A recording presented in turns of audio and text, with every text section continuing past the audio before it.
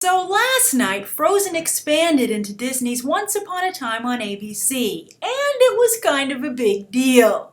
In fact, you might have noticed that ABC decided to air a primer, an hour-long special prior to the season premiere, to catch up all these new viewers with what's going on in Once Upon a Time, so you're not hopelessly lost when the season debuts. Now, I didn't watch this primer because I was like, I don't know if I'm going to stick around. I'm going to take a peek and see how things look. And I still don't know if I'm going to stick around. But I have to say, I overall liked what I saw. And I am tempted to watch again next week.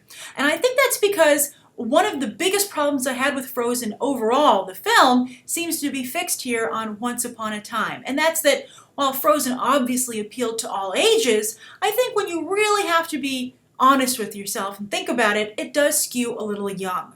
But now that it's going into Once Upon a Time, you're taking these same characters and applying them to an older demographic. Kids don't watch this show, or at least they're not supposed to. I'm sure quite a few tuned in to see Elsa and Anna in the flesh. But you know, it's geared towards an older audience. So you get a little more depth to the storytelling, a little more sophistication, and I'd also say a little bit more ambitious storytelling because I wonder how much free reign they hear. I wonder if what's going on here is canon. If it's not canon, and I don't think that it is, they've been pretty clear that these are their versions of Elsa and Anna, but they go so closely to what we saw in the movie, I think it's going to be hard for audiences to understand that. So that could become problematic for Disney, even if they say, well, this isn't officially what happens to Elsa and Anna, because they're adding a lot to the mythology. Audiences might be like, well, you might say that's not it, but in my head, it's totally, I've made it canon. So I wonder if this could end up being something that Disney regrets. But right now, considering the strong ratings they got, they don't regret it one bit. So yes, you have deeper, more sophisticated, and as I said, more ambitious storytelling, which is one of the things I liked about it. But at the same time, there are still some of the old problems with Frozen, which I'm not sure where they're coming from. I'm not sure if it's the show's fault, because I don't watch Once Upon a Time, or perhaps in the show's attempts to be loyal to the Frozen film, because there are problems that, to me, carry over from the film. But I have to say, on a positive note, what I really liked was the addition of this mystery as to why Elsa and Anna's parents went away on that ship in the first place. And this is tailor-made for me because I thought the sinking of their ship in the film was one of the most powerful and emotionally powerful, but just also visually powerful moments. I really loved it. So to add some mystery there to what I think a lot of people, didn't quite understand in the film, it just seemed to be, just, done offhand. Oh, and then their parents died. But to give some weight to it and to tie that into what's going on with Elsa, I think is a really good idea. And I also think they're making me excited that they're going to explore the question as to where do Elsa's powers come from. A really big question that a number of us had when watching the movie, that it was just accepted. And no one else in the land has powers. So I liked all those elements quite a bit. Now, the story where I had problems a little bit was that when it slipped back into old habits, I guess you could say, for Frozen. I think that Elsa continues to be very childlike in her behavior. And when you see an actual grown woman do it, and besides like an animated character that looks kind of doll-like, I think it becomes even more apparent of how age inappropriate her actions are. For instance, when she finds the diary of her mother, which, by the way, was totally forced, and it could have been organic. That's what's frustrating to me. She could have been like, well, when I was searching for the wedding dress, I found Mom's diary, but I don't want to read it. And then Anna could be like, in typical Anna fashion, oh, well, totally, you should read it. I'm sure Mom would want you to. It'll make us feel closer to her. And then she cracks it open while Anna's trying on the gown. That was a nice gown, by the way. They have some nice gowns on this show. I have some more to say about fashion in a moment, but I was really thrown when Belle had on those hooker heels. I was like, what? What's happening? Is that actress really that short? Get an apple box.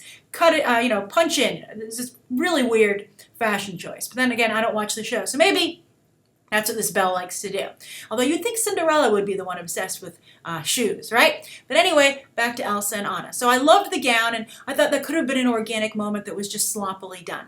But as soon as Elsa reads what her mother wrote, and her mother says this has to stop, I think anyone would be like, yes, it has to stop. They have to find a cure. They have to find an answer. They want to help you. But instead, for some reason, Elsa goes the negative route, which I guess she did a lot in the movie, and goes, oh my God, they were running away from me. And it was just kind of frustrating to see a grown woman just jump to a simplistic, so obviously wrong conclusion and then stick with it. So that was kind of annoying.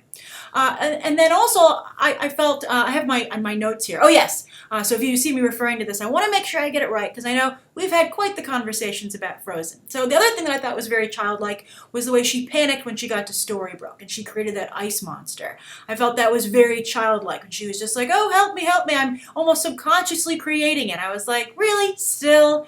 So the fact that she hadn't progressed as a character, considering her starting point in the movie, and then also that she hadn't progressed emotionally or in terms of maturity, the whole thing just, didn't ring true to me. Now, all this said, I think that Georgina Haig is absolutely wonderfully cast as Elsa. It's as if she walked off the movie screen, and not only that, but got better. I think that this is a real find for Disney. Whoever cast her is a genius, and I think that if I were Disney, I'd be thinking of other ways that I could potentially use her. She's very good. So good that I'd be like, do you want to create a Once Upon a Time spin-off show? Although, what was that ad for something called Gallivant? Or I was just like, what is going on here? This is a whole vortex. And then I was like, poor Fables. When are you going to get back on the map in terms of these fairy tales in modern day? But anyway, back to Georgina Haig. Fantastic. I loved her performance, and she was very good. And Elsa, of course, is a really interesting character. I think that's why a lot of us wanted to see more of her in the movie. But I think we got our answer as to why she can't be the main character, because she's so interesting that when she's the main character instead of a secondary character, all the other characters become just in the way. Like Anna and Kristoff. With them not being in front and center or a storyline, I was just like, I don't see any reason to talk to them at all. Just, let's just stick with Elsa. And I don't know if it's the writing and the story structure, or perhaps the casting choices they made. Because as good as Georgina Haig is, I'd say the other actors, we haven't met Hans yet. I actually am kind of curious to meet Hans. But the actors cast to play Anna and Kristoff, I think, are underwhelming.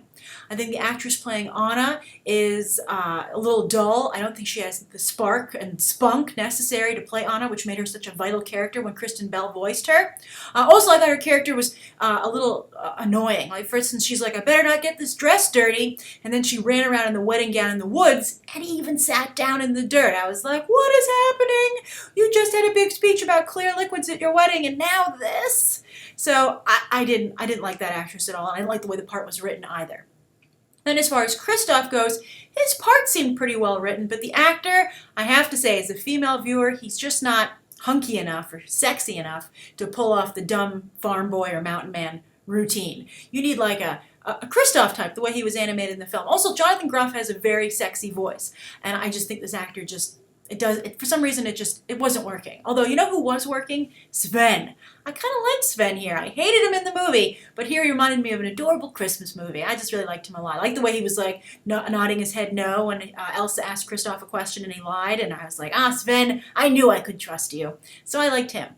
I also thought they did a good job carrying over the feeling of Frozen, from the costumes to even that troll, that rock troll. I was like, that's pretty good for TV. And then when they were in the dock at Arendelle, it was totally green screen, but still something about it worked for me. I felt like I was in the movie, or close enough. Again, I gave some allowances because this is network television and it's a television budget, but still I was like, you know what? I'm sold. I feel I'm in Arendelle. But speaking of costumes, again, I felt it was really weird that Elsa continues to wear her ice gown. I'm like, isn't that really for special events or big debuts? I mean, just every day walking through the castle in the forest, are you always going to wear that nightgown? Well, not nightgown. It looks a little like a nightgown, actually. But are you always going to wear that gown that clearly contrasts with what everybody else is wearing? It seems more modern, not in the same time period. I think that she could keep the ice motif, but I just feel once we establish that that's Elsa, and I think Georgina Haig looks a lot like the character just with her hair and face and makeup alone, and the ice powers are a dead giveaway, I don't think that we need to keep her in that gown. I hope she doesn't wear it for the entire season. So as to the show itself, it's a little bit, as a Fables fan, I must remain loyal to who the medium and Bill Willingham, who I feel came up with this idea first. But it's okay. I mean, there were things about it that I was like, really? And that's weird. And I would just get back to Elsa and Anna. But, one of the things, let me just make sure, I thought the Wicked Witch was my favorite character of the ones that already existed, and then I was totally shocked when Giancarlo Esposito showed up from Breaking Bad. I was like, really? You're on the show? It's rough being an actor. But you know what? This is a pretty well-regarded show, although I do know it's not doing great in the ratings, which is why they brought in Frozen. Well, one of the reasons they brought in Frozen. They just really also want to appease the fan base, which I think this really will. And then also, yes, When they showed up with Mickey's hat at the end, his Sorcerer's Apprentice hat, I was really torn on this. On the one hand, I thought that the way they interpreted the stars on the hat to actually being like the cosmos was pretty cool.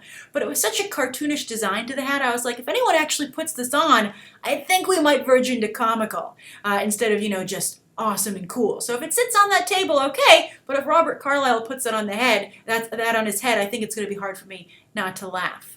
So I think that this show succeeds in that it does a great job giving Frozen fans their fix. I think it shows that at least Elsa has a tremendous future with the Disney company as a character and a brand. I don't know so much about Anna and Kristoff. They might need to just get married and go off somewhere. And maybe we can keep Sven and Olaf. I think definitely those characters. But I think Elsa, she continues to be the real bright spot. But I'm curious, for those of you who are Anna fans, do you think it's just the writing and the actress that were the problem? And also, do you think that Anna can really succeed when Elsa gets actual character and story development? But I think, I really do want to see what they do with Hans. So I think I probably would check back in on this. And I'm curious to what you think. And what do you think of Once Upon a Time as a show in general? Write your thoughts down below. Thank you so much for all of you who asked for my review. And you can check out some more episodes right here on Beyond the Trailer Disney right now.